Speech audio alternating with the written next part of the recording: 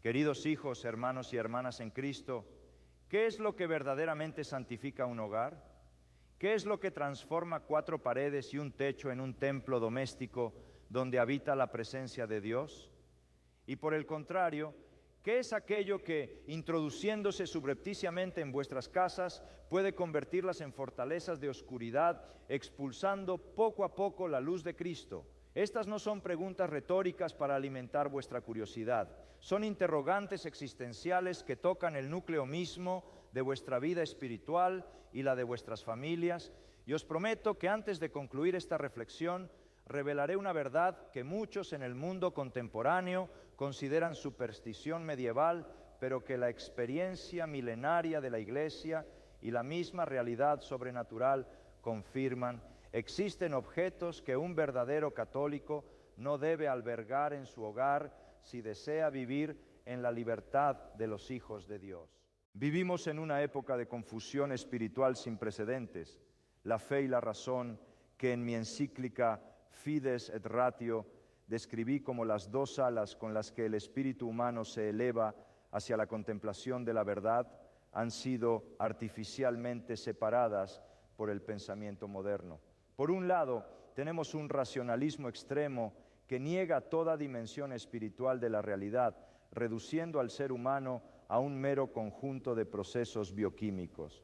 Por otro lado, vemos un proliferar de espiritualidades superficiales, sincretismos peligrosos, prácticas esotéricas que prometen poder, conocimiento o protección al margen de Dios, o peor aún, invocando entidades que se oponen a Él. Y en medio de esta confusión, muchos católicos, bautizados, confirmados, quizás incluso practicantes, mantienen en sus hogares objetos que son puertas abiertas al enemigo de la naturaleza humana.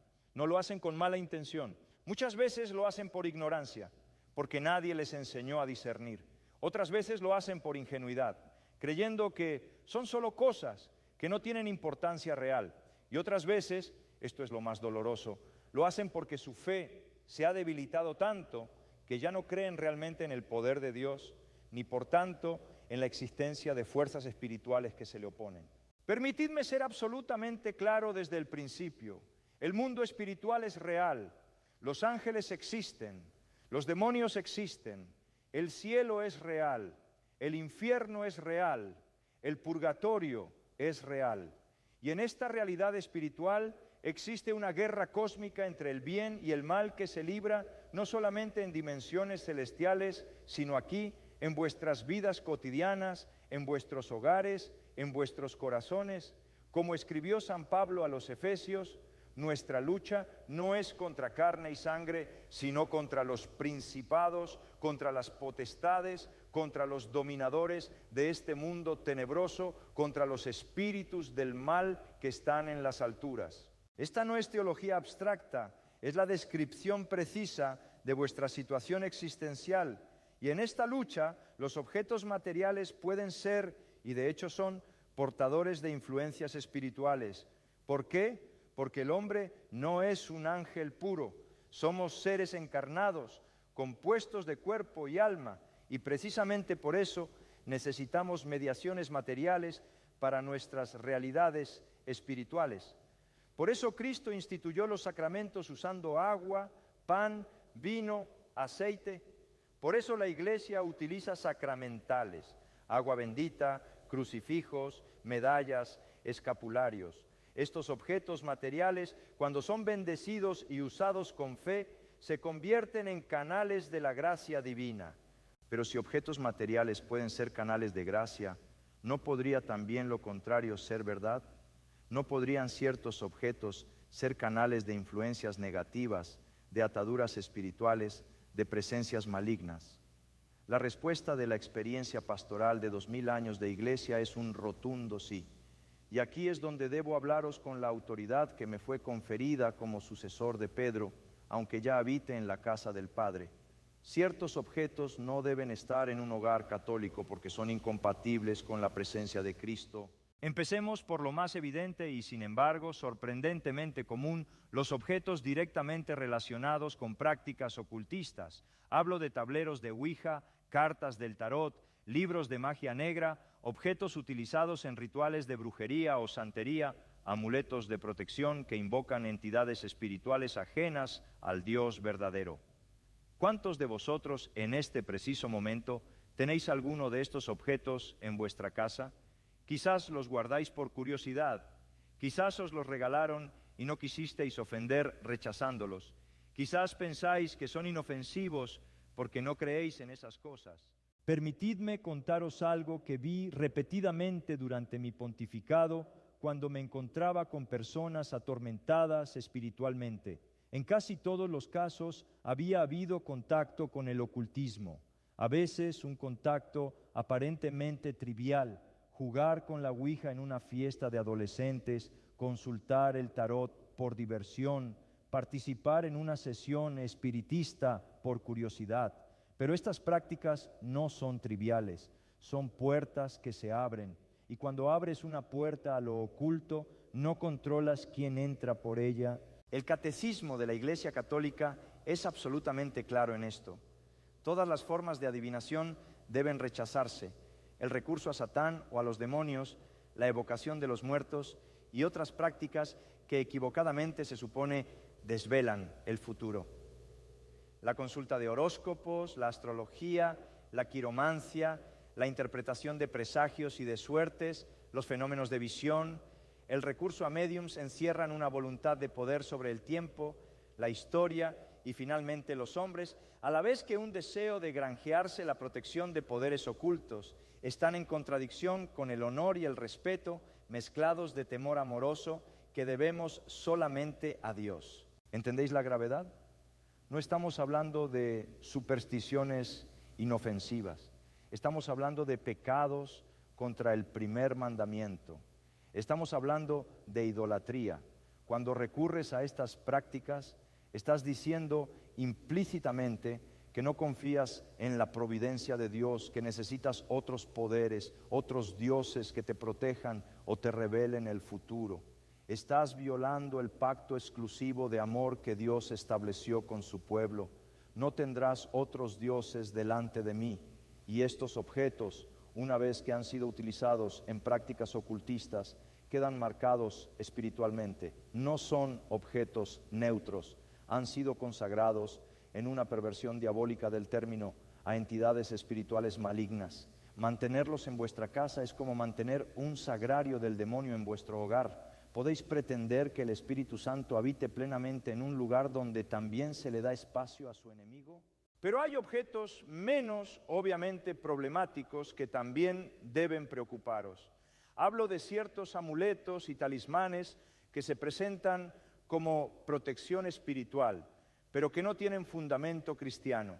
En muchas culturas, incluso en países de tradición católica, circulan objetos supuestamente protectores que mezclan elementos cristianos con prácticas sincréticas o directamente paganas.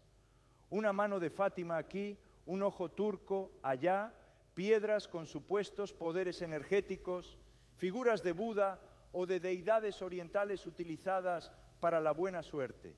Debéis entender algo fundamental sobre la diferencia entre un sacramental cristiano y estos objetos sincréticos. Un sacramental católico, como una medalla bendecida, un crucifijo, agua bendita, no tiene poder en sí mismo, no es magia. Su eficacia viene únicamente de la fe de quien lo usa y de la intercesión de la Iglesia que lo bendice. Apunta siempre más allá de sí mismo, hacia Dios. Es un recordatorio material de realidades espirituales, una ayuda para la oración, un canal de gracia precisamente porque está conectado con Cristo a través de su Iglesia. Los amuletos y talismanes paganos funcionan con una lógica completamente diferente. Se supone que tienen poder inherente, que funcionan automáticamente, que manipulan fuerzas espirituales impersonales o invocan entidades específicas. Esto no es fe cristiana, esto es magia, aunque se disfrace con términos modernos como energías o vibraciones.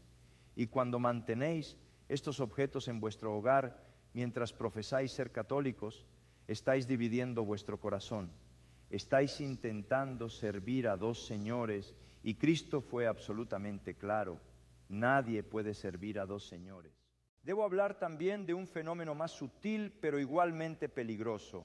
Ciertos objetos de decoración que, aunque no sean explícitamente ocultistas, representan o invocan realidades espirituales oscuras. Máscaras tribales utilizadas en rituales paganos, estatuas de divinidades falsas, imágenes de demonios o entidades malignas, aunque sean artísticas o decorativas, símbolos esotéricos incorporados en cuadros o esculturas. Algunos dirán, pero es solo arte, es solo decoración, no tiene significado espiritual para mí. ¿Estáis seguros? ¿Estáis completamente seguros de que colocar en lugar prominente de vuestro hogar la imagen de un demonio, aunque sea estilizada o artística, no tiene consecuencias espirituales? Recordad las palabras de San Pablo a los Corintios cuando trataba el tema de la carne sacrificada a los ídolos. Pablo reconoce que los ídolos en sí mismos no son nada, que no existen otros dioses además del Dios verdadero, pero inmediatamente añade algo crucial. Lo que sacrifican los gentiles, lo sacrifican a los demonios y no a Dios. Y no quiero que vosotros entréis en comunión con los demonios. ¿Veis la lógica? Los ídolos no son dioses reales, pero detrás de la idolatría hay demonios reales que aprovechan la adoración equivocada del hombre. Lo mismo sucede con estos objetos. Puede que la máscara tribal en vuestra pared no represente un Dios que exista realmente. Pero si esa máscara fue utilizada en rituales que invocaban espíritus, si fue consagrada a entidades espirituales malignas, entonces porta una carga espiritual negativa. Y al darle un lugar en vuestro hogar, estáis abriendo una puerta, por pequeña que sea, a influencias que no querríais tener cerca de vuestros hijos. Hablemos ahora de algo que puede sorprender a muchos. Ciertos libros. En la era digital en que vivís, todavía circulan volúmenes tanto físicos como electrónicos, que no deberían estar en un hogar católico. No hablo de libros que simplemente contengan ideas con las que no estamos de acuerdo. La Iglesia nunca ha temido al debate intelectual honesto. Hablo de libros dedicados explícitamente a promover o enseñar prácticas ocultistas, de grimoires o libros de hechizos, de manuales de magia negra, de textos que blasfeman directamente contra Dios o que glorifican a Satanás. Algunos de vosotros pensaréis que exagero, que en pleno siglo XXI, con toda nuestra educación y ciencia, estas cosas no tienen poder real. Pero esto es precisamente lo que el enemigo quiere que penséis. La mayor victoria del diablo, como dije en repetidas ocasiones durante mi pontificado, es convencer al mundo de que no existe. Y una vez que ha logrado eso, puede actuar con total libertad, porque nadie se protege contra un enemigo que cree inexistente. Durante años de ministerio pastoral, escuché testimonios de exorcistas experimentados, sacerdotes que se enfrentaban regularmente con las manifestaciones más extremas del mal. Y algo que mencionaban constantemente era precisamente esto: la presencia de objetos malditos en los hogares de personas atormentadas. Cuando esos objetos eran removidos y destruidos apropiadamente, quemados con oración, nunca simplemente tirados a la basura donde otros podrían encontrarlos, las personas experimentaban liberación. ¿Significa esto que debemos vivir con miedo paranoico, sospechando de cada objeto que entra en nuestra casa? No, no tengáis miedo. Esta fue mi exhortación constante desde el inicio de mi pontificado. Pero hay una diferencia crucial entre el miedo paranoico y la vigilancia prudente, entre la superstición y el discernimiento espiritual auténtico, entre ignorar la realidad del mundo espiritual y obsesionarse con ella de manera enfermiza. La actitud correcta es la siguiente: reconoced que el mundo espiritual es real, reconoced que en la batalla entre el bien y el mal, vuestro hogar debe ser un bastión de luz, no un territorio neutral y mucho menos un punto de entrada para las tinieblas. Y por tanto, sed intencionales sobre lo que permitís entrar en vuestro espacio vital. Examinad los objetos que ya tenéis, preguntaos: ¿este objeto honra a Dios? ¿Me acerca a Cristo? ¿Es compatible con mi fe católica? ¿O representa algo opuesto, algo ambiguo, algo que no me atrevería a colocar junto a un crucifijo porque la contradicción sería evidente. Y aquí viene la parte práctica, la orientación concreta que debéis seguir. Si descubrís en vuestra casa objetos que caen en las categorías que he mencionado, no los tratéis a la ligera, no los guardéis en un cajón pensando que así no hacen daño, no los regaléis a otros trasladando el problema y definitivamente no los vengáis permitiendo que contaminen a otras personas. Estos objetos deben ser destruidos, pero la destrucción debe hacerse apropiadamente. Si es posible, llevadlos a vuestro párroco y explicadle la situación. Él podrá aconsejaros sobre la mejor manera de proceder y quizás realizar una bendición de vuestra casa después. Si no es práctico llevarlos a la parroquia, podéis destruirlos vosotros mismos, pero hacedlo con oración. Invocad el nombre de Jesús, haced la señal de la cruz, rezad el Padre Nuestro o el Ave María mientras quemáis o destrozáis estos objetos. Reconoced que estáis cerrando puertas que nunca debieron abrirse, que estáis reclamando vuestro hogar para Cristo. Y después de eliminar lo negativo, llenad ese espacio con presencia positiva. Este es un principio espiritual fundamental que el mismo Jesús enseñó en su parábola sobre el espíritu inmundo que sale de un hombre. Cuando el espíritu regresa, encuentra la casa barrida y ordenada, pero vacía, así que trae consigo 7 espíritus peores. La lección es clara: no basta con expulsar el mal, debéis llenaos con el bien. No basta con remover los objetos malditos, debéis llenar vuestro hogar con presencia sagrada. Colocad crucifijos en vuestras habitaciones, especialmente en los dormitorios. El crucifijo no es decoración, es la proclamación más poderosa de fe que podéis hacer, que Cristo venció al mal en la cruz, que su sangre nos redimió, que en su nombre tenemos protección y salvación. Cuando colocáis un crucifijo sobre la puerta de entrada de vuestra casa, estáis declarando: este hogar pertenece a Cristo, aquí se honra al Señor. Las fuerzas del mal no tienen autoridad aquí. Consagrad vuestro hogar al Sagrado Corazón de Jesús y al Inmaculado Corazón de María. Esta no es una devoción anticuada, es un acto de enorme poder espiritual. Durante mis años de pontificado, promovimos intensamente estas devociones porque representan el corazón mismo del Evangelio, el amor misericordioso de Cristo y la protección maternal de María. Cuando consagráis formalmente vuestro hogar a los Sagrados Corazones, estáis colocándolo bajo protección divina directa. Tened agua bendita en vuestra casa y usadla regularmente. Rociad vuestras habitaciones, especialmente cuando sintáis opresión espiritual o después de discusiones familiares fuertes. El agua bendita es un sacramental de gran eficacia. Nos recuerda nuestro bautismo, nuestra incorporación a Cristo, nuestra purificación del pecado original.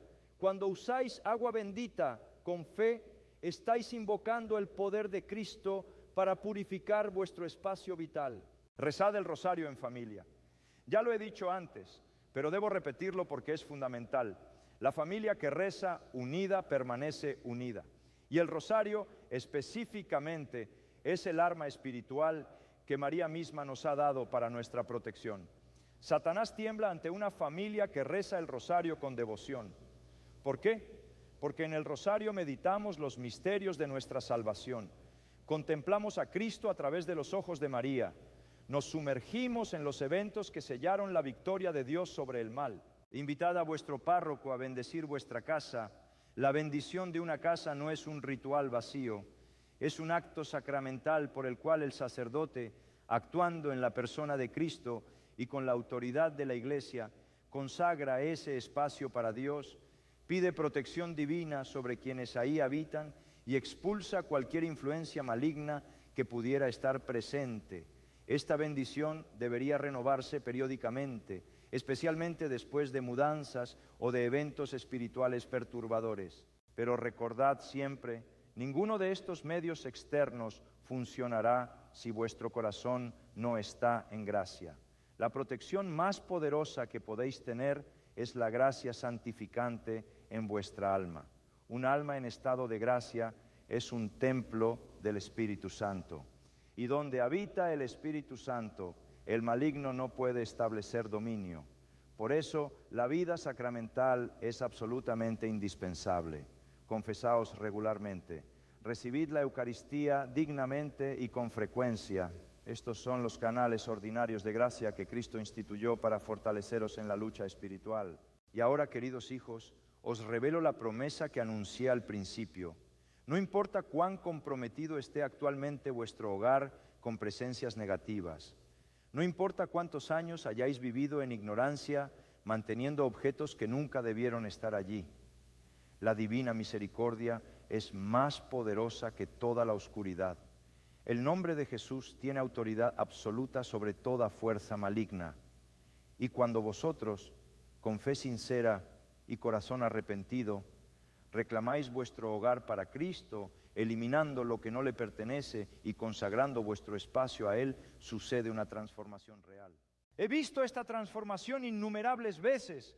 Familias que vivían en constante conflicto, donde había depresión inexplicable, donde los niños tenían pesadillas recurrentes, donde las relaciones se deterioraban sin razón aparente, y cuando finalmente se dieron cuenta de que habían permitido influencias espirituales negativas en su hogar, a veces por objetos heredados de prácticas ocultistas de generaciones anteriores, a veces por su propia experimentación con lo esotérico, y tomaron acción radical para limpiar su casa espiritual y físicamente. Experimentaron liberación, paz real, restauración de relaciones, disminución dramática de conflictos, porque cerraron puertas que estaban abiertas al enemigo. Esta es mi exhortación urgente para vosotros. Duc in altum, remar mar adentro. No os conforméis con una mediocridad espiritual que mantiene un pie en Cristo y otro en las ambigüedades del mundo. No seáis cristianos tibios, de los que el Señor dice en el Apocalipsis, porque eres tibio y no frío ni caliente, estoy por vomitarte de mi boca. Sed radicales en vuestra consagración a Cristo. Y esa radicalidad empieza precisamente aquí, en vuestro hogar, en las decisiones concretas sobre qué permitís y qué no permitís en vuestro espacio vital. El hogar cristiano debe ser un pequeño santuario, una iglesia doméstica, como enseñó el Concilio Vaticano II. No puede ser un santuario si está contaminado con objetos que honran a los enemigos de Dios. Tomad decisiones valientes. Examinad vuestro hogar con ojos nuevos, con discernimiento espiritual. Y no tengáis miedo de ser considerados fanáticos o extremistas por quienes no comprenden las realidades espirituales. Vuestra fidelidad es a Cristo, no a las opiniones del mundo. Y si descubrís que habéis estado viviendo en compromisos espirituales, si reconocéis que habéis mantenido puertas abiertas que debían estar cerradas, no os hundáis en desesperación. La desesperación es una trampa del enemigo. En su lugar, acoged la divina misericordia. Acudid al sacramento de la reconciliación. Confesad vuestros pecados de idolatría, de ocultismo, de tibieza espiritual, y experimentaréis el perdón absoluto de Dios. No hay pecado demasiado grande para su misericordia siempre que haya arrepentimiento sincero. Para terminar, os invito a uniros a esta nueva evangelización digital. Suscribíos a este canal para continuar recibiendo enseñanza que os fortalezca en vuestra fe, que os ayude a discernir en medio de la confusión contemporánea, que os anime a vivir radicalmente para Cristo en un mundo que se aleja cada vez más de Él. Y si tenéis dudas de fe, si enfrentáis dilemas morales, si necesitáis orientación para situaciones específicas de vuestras vidas, dejad vuestras preguntas en los comentarios. Desde mi intercesión ante el Padre, haré todo lo posible para que recibáis luz evangélica que ilumine vuestro camino. Que el Señor os bendiga y os guarde, que haga brillar su rostro sobre vosotros, que os conceda su paz, que la Virgen María os cubra con su manto maternal, que vuestros hogares sean verdaderos santuarios donde habite la presencia del Dios vivo, y que tengáis el valor de ser santos en este tiempo difícil, pero lleno de oportunidades para dar testimonio auténtico. Totus tus, todo vuestro en Cristo y María. Amén.